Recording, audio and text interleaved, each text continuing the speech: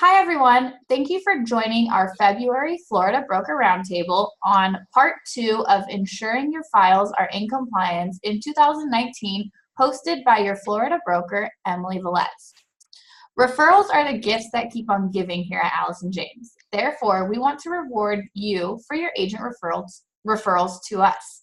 For the month of February, for each agent you refer over to us, you will receive a pair of Allison James branded socks. Even if the agent you referred doesn't join us, you still receive this. Also, keep an eye out on your emails as there is a chance for you to win a cash prize every month as well. To refer an agent to us, please go to Allison James University and click on the Referrals tab. From there, you will find a form that you can fill out with the agent's information. With that being said, let's go ahead and get started with our Florida Broker Roundtable. Remember, if you have any questions during this presentation, you can type them in the chat box on your Zoom control panel. I will now pass it over to Emily. Good afternoon, Emily. Good afternoon. How are you? I'm good. How are you? Good. Happy Monday to everyone. I hope everyone had a great weekend. To those of you that are football fans, if your team won, congratulations. And for those of you that your team did not win, well, there's always next year. So with that said, so this is part two of ensuring your files are in compliance. I'm going to go ahead and get started today with addendums. I'm going to go ahead and switch screens here real quick. And I'm going to talk about the addendum to contract. This is an addendum that we use when we make changes to purchase agreements, to the terms of the purchase agreements between the buyer and the seller. I want to go over this real quick because we just have some agents that leave out some information. So I want to make sure that we get all the information that we need on the addendum. We'll start with number of addendums. So if this is the first addendum that you are preparing, you would go ahead and write number 1. If it's your second addendum, third addendum, then obviously you write number 2, number 3. Make sure that you are uploading the addendums into SkySlope, okay? Sometimes I see addendum number 2 for a price change, and I have to reach out to the agent and say, hey, I noticed that you uploaded addendum number 2. Where's addendum number 1? Is there an addendum number 1? And then they say yes, and then they have to upload that too. So make sure that you are uploading the addendums into SkySlope. Effective date, make sure that you know, I believe I went over this in part 1.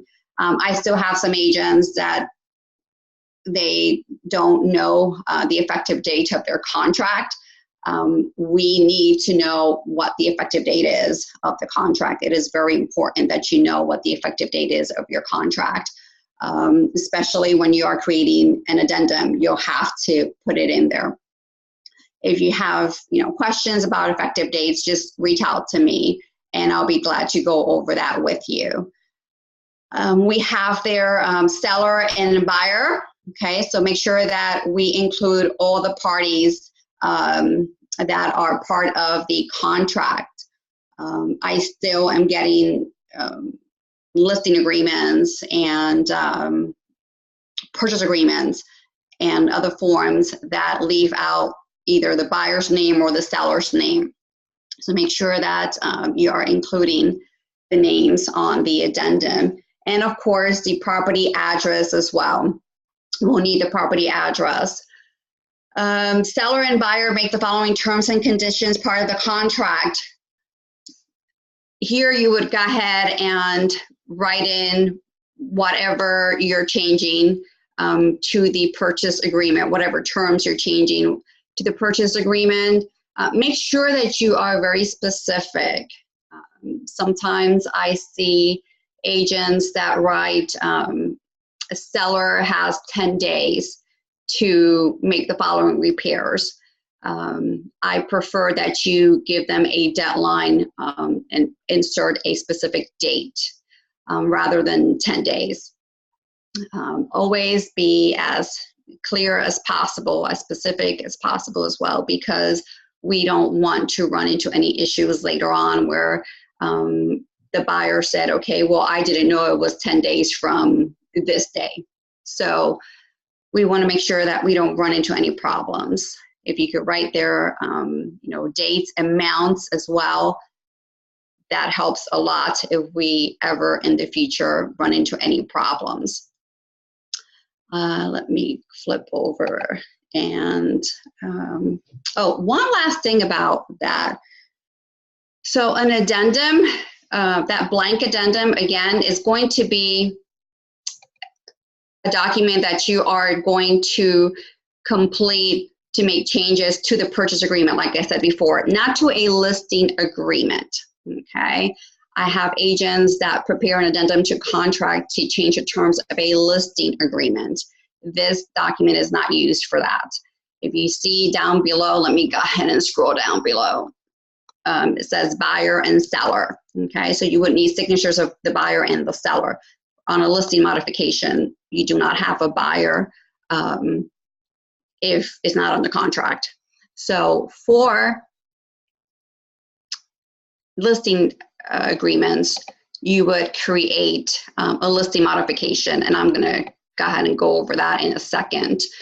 Right now, I want to go over seller's disclosures. Okay, a seller's disclosure, it is not state mandatory for the sellers to provide a seller's disclosure. Okay, however, Allison James does require that every listing site has a seller's disclosure.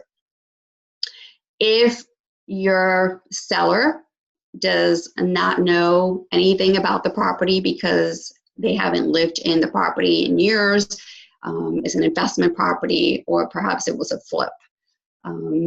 On the seller's disclosure, depending on which one you're filling out, depending on which board you belong to, if you're using Form Simplicity, there is a seller's disclosure in there, and your seller is able to answer unknown if they do not know the answers to the questions. Okay, so again, if you're representing the seller on the listing side, we do need a seller's disclosure.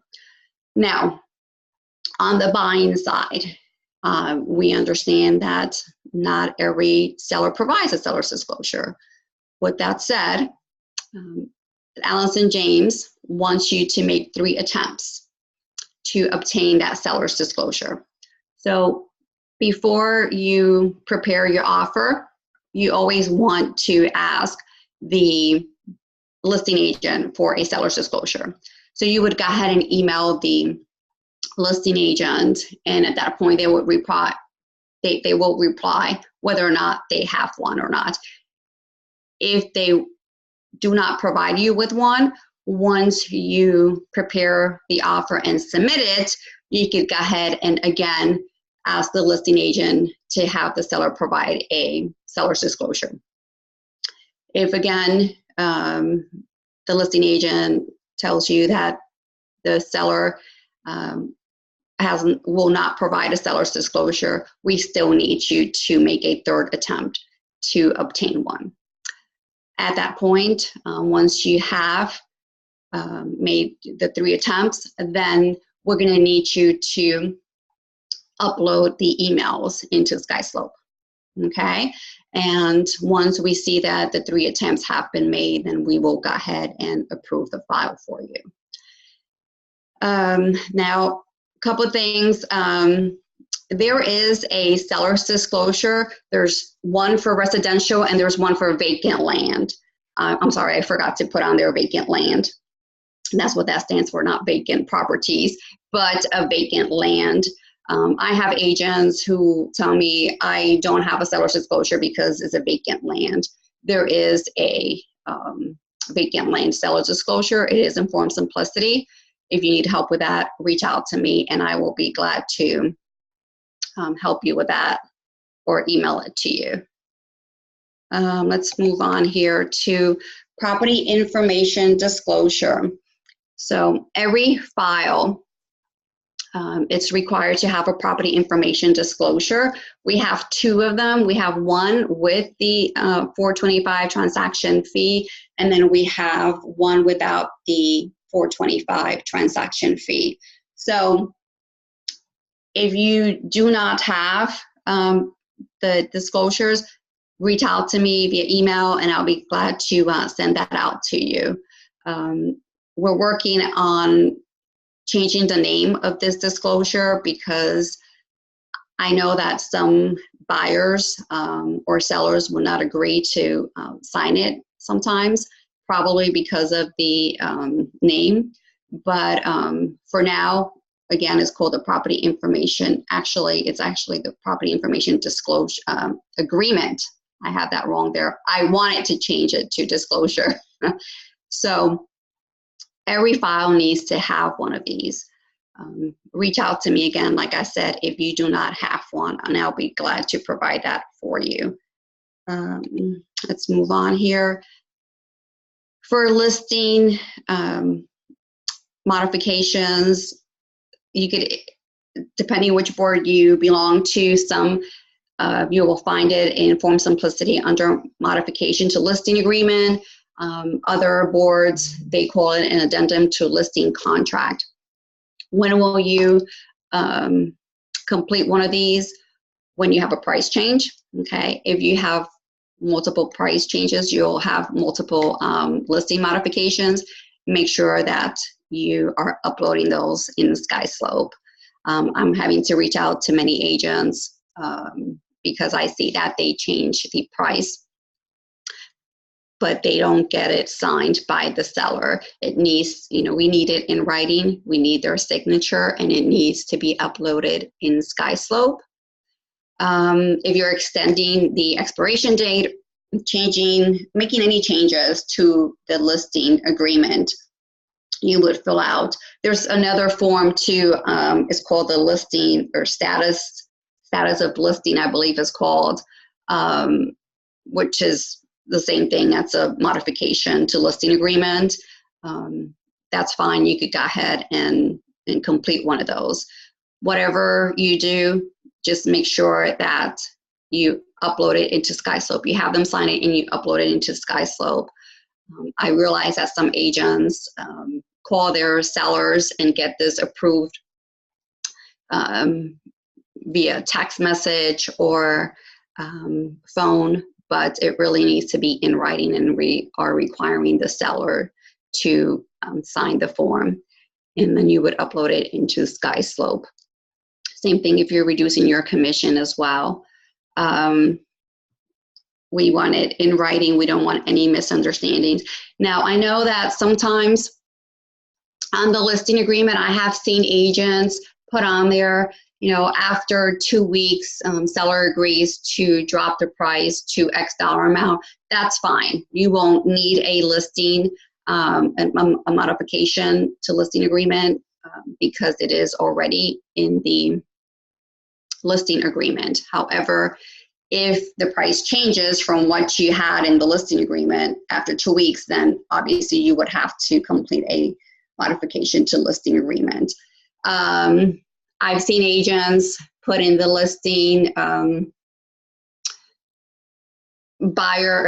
seller agrees to text or call listing or give the okay to the listing agent to change the price. That's not acceptable. We don't do anything verbal. We want everything in writing. Okay, so make sure again that you're filling out the modification to listing agreement or the addendum to listing contract to make any changes to the original listing agreement. And IMAP. So some of you have seen in SkySlope that we have now an item there for IMAP. We replace the tax records with IMAP. Now I'm going to go ahead and switch over now. Okay, let me see here. I believe I lost it. Let's see. Okay, let me click on it real quick.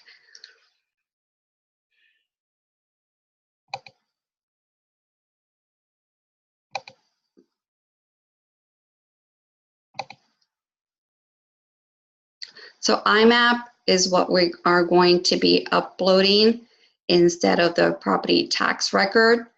And if you look here, it's an I. You just hover over it and it'll say IMAP tax record.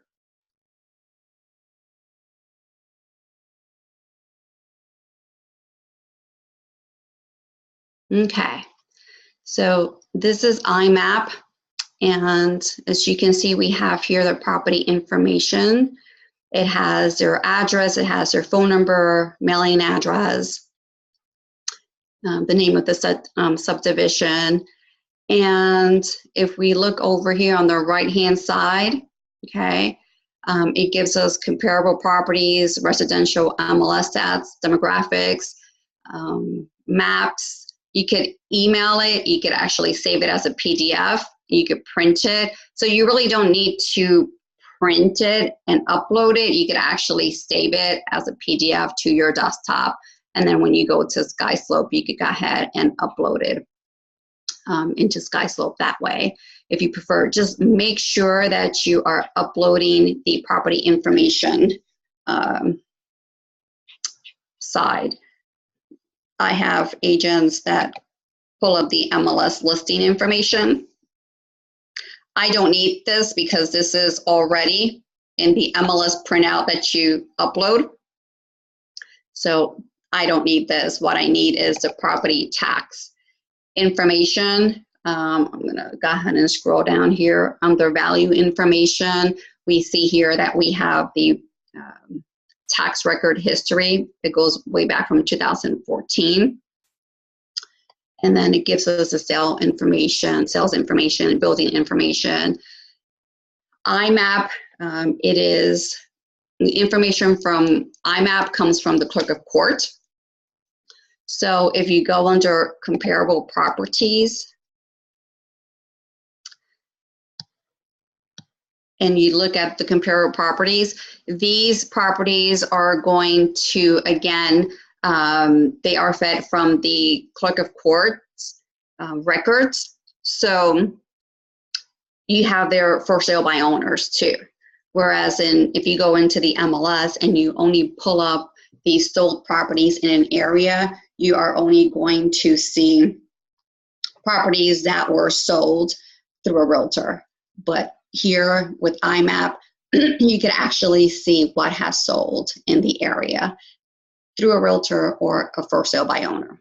Okay, it's a great tool. If you're not familiar with it, I definitely recommend that you become familiar with it. It is a great tool.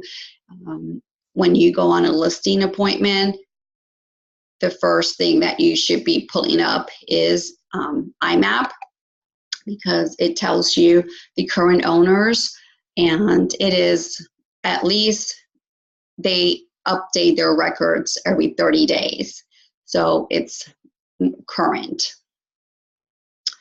And then if you scroll all the way down, it even tells you about the permits, flood zone.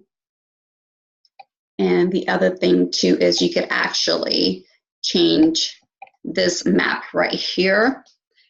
You could actually change it under map settings. It gives you the street map,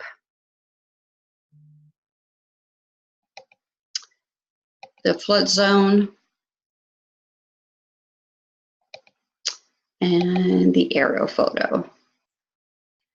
And this is a great tool too, because sometimes when you're showing property and you're not familiar with the area, you don't know what's behind the community, or you don't know what is behind the property. And this is a great way to take a look. And if you have any questions, you could just go ahead and call the listing agent and ask them questions. Because as you know, when you're out there, you're showing property, buyers, they ask you, hey, do you know what's behind there? They want to know what's behind their home, right? So it's a great tool for you to prepare yourself once you're going to go and show property. That way there's no surprises, and when your buyers ask you what's behind the home, you'll know what to answer. If you see down here below, Under actives, okay, it's the greens. I'm going to go ahead and change this back to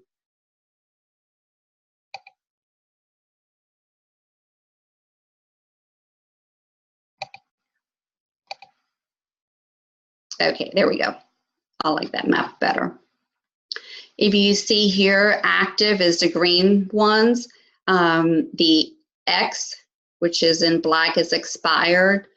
The blue, it's sold. We have the red that is withdrawn. And then we have foreclosures. If you don't have it, if I uncheck it, it doesn't look like there's any pre-foreclosures here in the area. But make sure that you have it checked because you want to see if there's any, pre-foreclosures in the area. You could actually zoom in and out.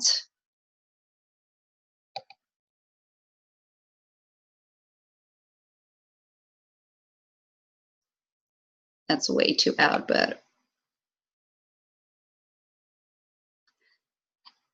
if you look at this here, you see we have an active there, we have an active there, we have one that expired, we have one that's pending, one that's pending. So it gives you a great overview of the area, especially if you see a lot of pre-foreclosures. That ought to tell you something about that neighborhood, right? And lastly, demographics is one that I use a lot with out-of-state buyers. Sometimes they'll want to know certain things that we cannot by law answer. So it's a great thing to just go ahead and send them the demographics of that area.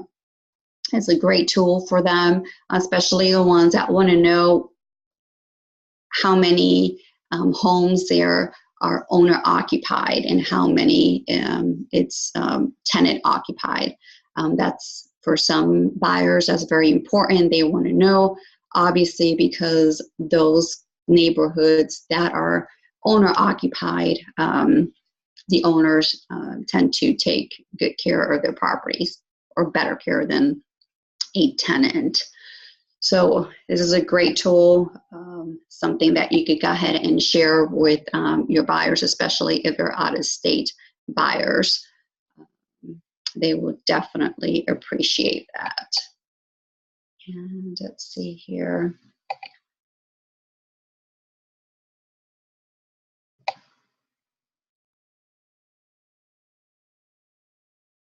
The other thing too is that you actually see here the sales information. Some buyers, they want to know how many times it's been sold, and we have it right here under sales information. This property right here, it looks like they purchased it back in 2012.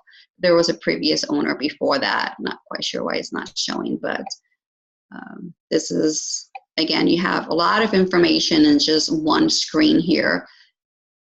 Now, I know that some of you are using Realist, which is similar to IMAP. That's perfectly fine if you want to upload Realist. There are, I believe, 2 other boards that have something similar to IMAP. It's okay to go ahead and upload that as well if you don't have access to IMAP. Let's see here. That is it for now. Just a reminder, make sure that you're uploading all your forms into SkySlope. Make sure that if you have an assistant, that your assistant is aware of these forms that need to be uploaded, especially the 48-hour rule that we have. You have to upload your forms within 48 hours. And that's pretty much it. If you guys have any questions, Tori, do you have any questions? It does not look like we have any questions at the moment, but do you want to let people know how they can reach you if any questions do come up? Yes, absolutely. If you have any questions, my email is floridabroker@ajicorporate.com. My direct phone number is 941-544-0865. You could call me, you could text me, you can email me. If we haven't spoken yet, I wouldn't mind talking to you. So I would love to get to know you. So please reach out to me if you have any questions, either about what I went over today or any other forms, any other procedures. And I hope everyone has a great week. Perfect. Well, thank you everyone for joining us on this month's Florida Broker Roundtable. And of course, thank you to Emily for all of your wonderful insight and for putting together such a great topic and presentation. Thanks again for joining us today. We will see you next month for another Florida Broker Roundtable. I hope you all have a wonderful week. Bye, everyone.